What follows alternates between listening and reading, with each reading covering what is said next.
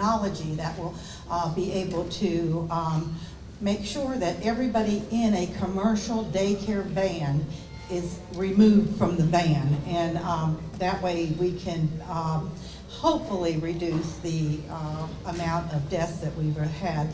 So myself and House of Representative Bruce Antone, he's filed the companion bill in the House, so it's an exact bill that is identical, and it just requires daycare vehicles used to transport children that they must be equipped with reliable safety alarm systems by 2019.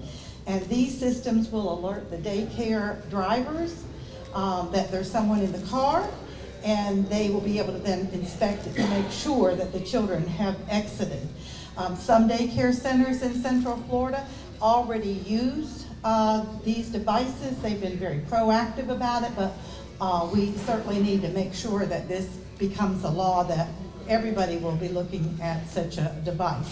You know, we get shaken every time we have the media come out and tell us that there's been another child left behind in a vehicle, and it's like 90-some degrees outside, and they're in there for way longer than they need to be, and the temperatures rise, and they have no chance of survival when they're in a car or a vehicle. So we really, this came about right after Miles Hill's death, I think, in one of the hot daycare vans in the heart of the Florida summer this year. Too many have died, and we have ways of making the vehicles safer, and that's what we need to do. We need to safeguard our community's most precious resources. The bill number is Senate Bill 486, and you can get a copy of that online. And please do so, because I think this is some legislation that we absolutely need. And Representative Bruce Antone's bill is identical. What was the number? 305. His is House Bill 305. So we're going to be working hard together to get this to pass and make sure that all the committees will hear the bill. I think that they will. It's not just in Central Florida. We have this issue throughout the whole state. So we've got to deal with this, I think, a little more proactive than we have before.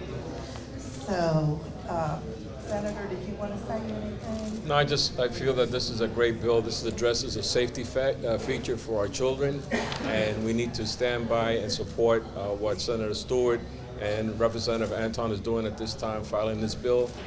It's most needed, and we need to make sure that these child daycare centers are complying when this bill is passed.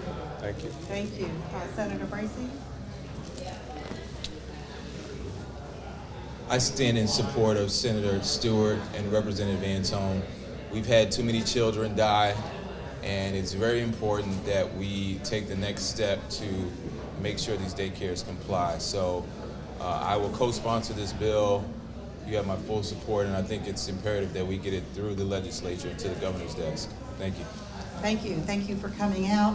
If there's any questions, we'll be happy to answer them. One of my questions is, Sure. I'm holding the emergency suspension order for the daycare, Little Miracles Academy. Mm-hmm. In it, it showed violation after violation after violation, and it showed noncompliance weeks before. What would you do to make sure that this is enforced? Because it looks like the ball was dropped in this case. The procedures that we have had up to now in this bill was for them to check and then have a double check by someone else that worked there, so that two people would go and check the van. Obviously, that's not working, and that's why we have to take these measures. And I think that they have been suspended now because of the number of violations that they have, and they do get inspected and they do have reviews. So I think we just need to make sure we can do whatever we can do to make the daycare safer for transportation. How confident are you feeling? I mean, I know you have your other fellow lawmakers standing by you and saying they stand by the bill, but how do you feel this is going to do moving forward?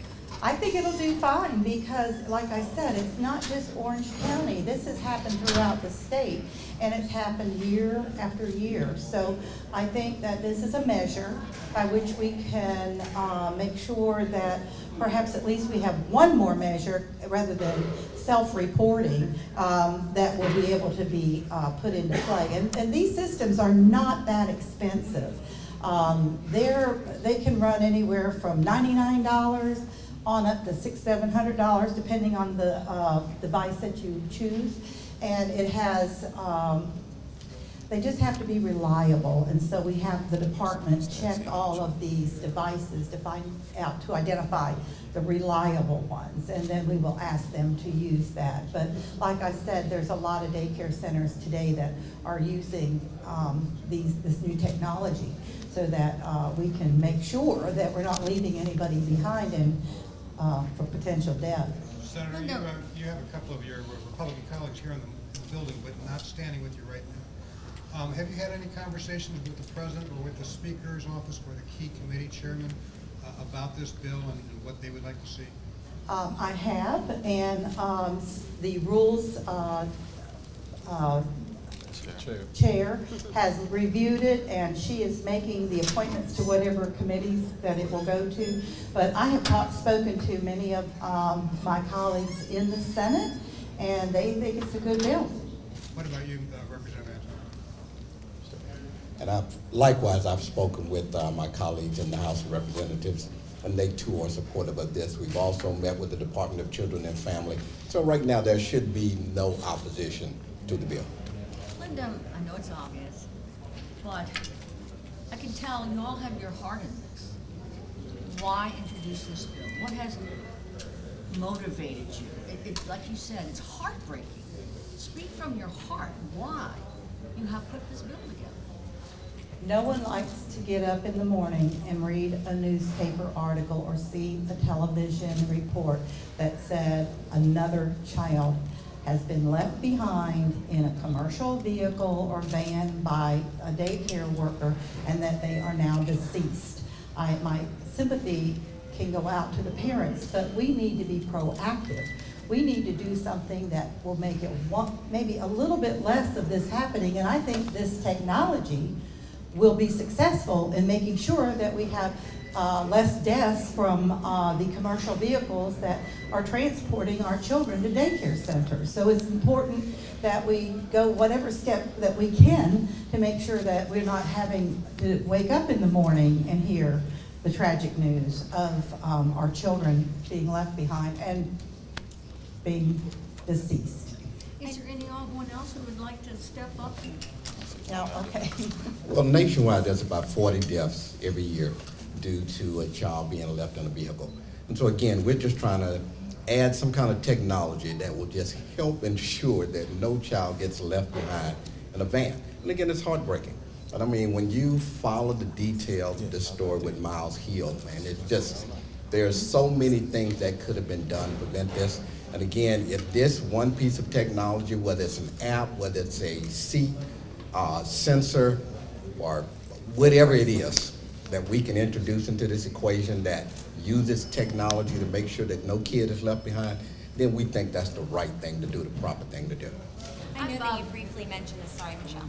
I know you talked about this briefly, but I called around to some daycares this morning, and a lot of them would love to be on board with this.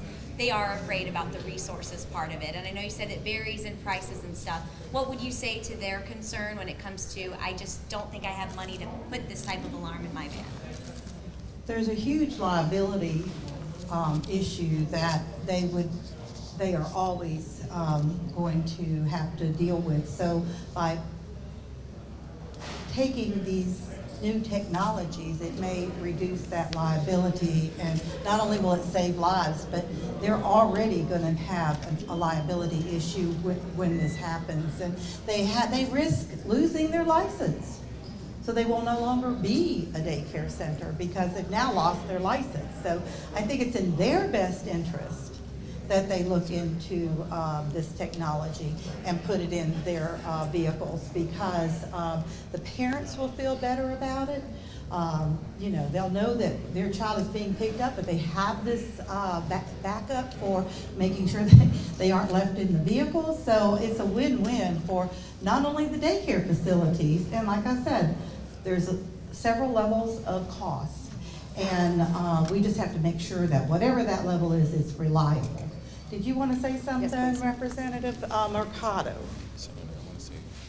So, as a mom of 6 children, 2 of which I actually had in early childhood education here in Central Florida, they've all graduated, they're adults. But I tell you what, as a mom, no amount of money is going to replace my child if they're left in a car or a commercial vehicle.